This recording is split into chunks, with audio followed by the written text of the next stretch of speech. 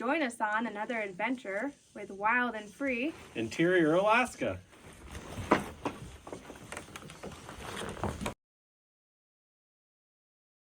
In this phase of our build, we finish the flooring, we install the loft stairs, we bring out our futon, and we start to make this place look a little bit more like home. So make sure you check out all of this. You're about to see a few different days. So now that we have the flooring in for the kitchen and the living room, we are able to install our loft stairs. So that's what we're working on.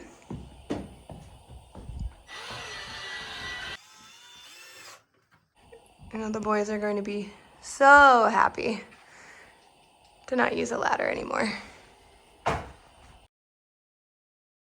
I have to use headlamps because it's getting a little dark. We got the floor done. It's looking pretty good. And then we have the ladder installed now for the stairs. And then we are cooking dinner right now on the wood stove.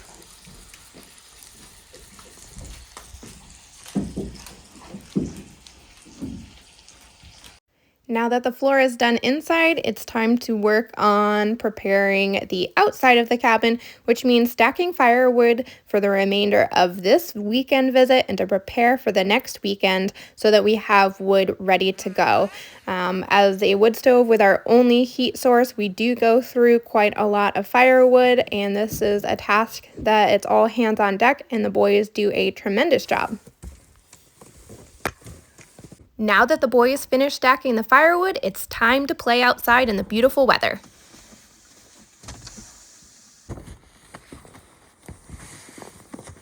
I bet you guys are enjoying our time.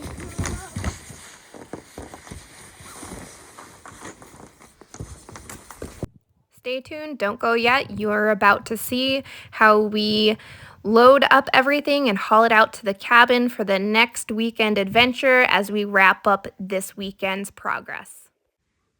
Boys' beds are all ready for the next visit. Maybe next time we'll get some windows in. They definitely enjoyed their cozy beds and play area. They'll have more room once we get those done. Got our ladder stairs in. Hopefully we'll get out our futon next time and finish the floor. Until next time. It's always a little sad now to leave and pack up and wait again to come back. Enjoy our one and only drone footage, as it was extremely windy when we gave this a go, and it blew away into the woods and we could no longer locate it. But as you can see, we are out here in the wilderness completely on our own in a remote location in Alaska, living life. No footage because I had to think fast, but unfortunately I caught my Snowmachine brakes on fire and completely fried them. It was a gigantic ball of flames, but I was able to put it out. However, it was scary. So we're loaded up at the trailhead, and it's probably one of the nicest November days that we've ever had out here. The wind is usually extremely brutal. There's usually some form of a snowstorm, but it's absolutely gorgeous. Today we are bringing out our futon, the rest of the flooring, and some garbages and totes full of other stuff. We're pretty excited to have our oven finally. So this is kind of what it looks like. This will go in front of the dog sled, which is over there. And it's probably going to be one of the most gorgeous journeys yet. It was a little too windy up here at the top of the biggest mountain that we need to descend to hear my husband tell you how I burnt up the brakes on my Snowmachine and how we are combating that while we wait for the new parts to arrive. Being in Alaska, things take a while to ship to us, so this was our solution so we could get back out here and continue progress on our cabin. He has tied a ratchet strap from his snow machine to my snow machine, and he's going to hold me back because once again, I have absolutely no brakes. I have a very heavy load and it's extremely steep. And so this was the solution and we're going to give it a go. And when I say on fire, I mean it was a gigantic ball of flames that was ongoing until I was able to put it out. Thank God for snow. I was a little nervous, but here we are, and he was right. It worked. It held it back. We've definitely learned to adapt, improvise, and overcome out here and figure things out so we can carry on. And this was just another one of those solutions so that we could make it down the mountainside carefully with our load and continue moving on. In case you're wondering, I learned my lesson. My husband had used my snow machine last and left the parking brake on, and I didn't know that. And that's how we ended up in a ball of flames. What you're looking at is our futon bed. However, on its journey out, we ran into a little bit of an issue, and this piece that was welded on there broke off entirely. And now that we're out here, we got to figure out how to fix it so we can use it. So we are drilling a hole through it.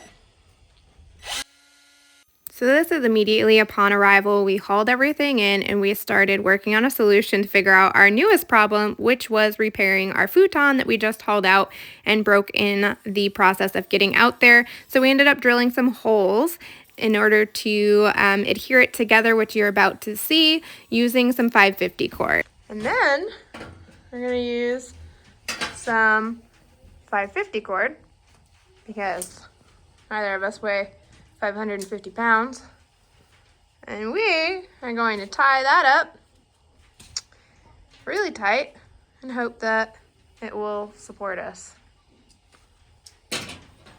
Now, some of you may be thinking it's not going to be pretty and couldn't we do something else? But out here in the bush, we needed to use what we had and figure out how to put this back together so that it wasn't a complete waste and we could carry on to the next project. And honestly, it's worked out pretty well and it's holding up just fine. Extremely thankful for my husband's great skills with knot tying so that he could tie a knot that would hold up the test of time. Install. Oh, look at that. What did you guys make? Cabins of our cabin. Like, send this to Miss Hammer and Miss Chavez. Look at your guys' snow and all the machines. school secretaries. Okay, hold on, stay right there. Your snow machines, and you guys got the cabin. Carter, you nailed the window and the door, and it's a blue sky day. I like it.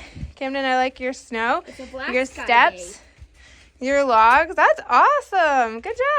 We had the pleasure of making our journey out in the daylight, specifically so we could navigate the steep hill without any breaks, and we're going to work through the night that's about to set in and work on flooring. So we are starting on the next flooring. That's our transition floor from our kitchen to the dining room and the living room to our bedroom. You'd think because we already have half of the cabin already floored that we know exactly what we're doing, but truth is we really don't. We're still just kind of making it up from here. This flooring we did have to purchase full price. It's just cheap flooring, but it's working out well. Our other flooring that we got was from Marketplace for a hell of a deal, and luckily they meshed together pretty well. They lined up and the transition looked really nice in the end. We're doing it. We're actually doing it.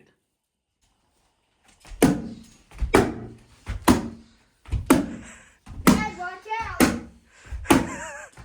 All right. Oh, yeah. So we got the transition flooring done. It's 7 p.m.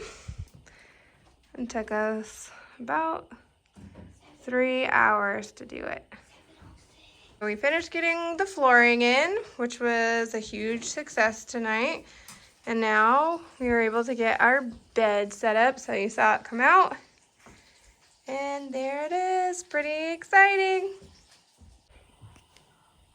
Got our camp stove installed. It's definitely up to code with the propane tank right next to it, but Oh! who cares about that?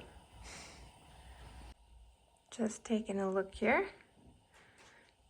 Our futon. Got the wood ready for the night. The wood stove's going.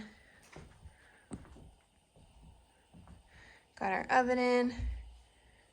Got Bruce. Overall, I'm happy with how the flooring turned out, and next up is going to be the kitchen install in the next phase, so be sure to continue watching. Thanks for joining us. Give us a like and subscribe and follow for our next adventures on Wild and Free. Interior Alaska.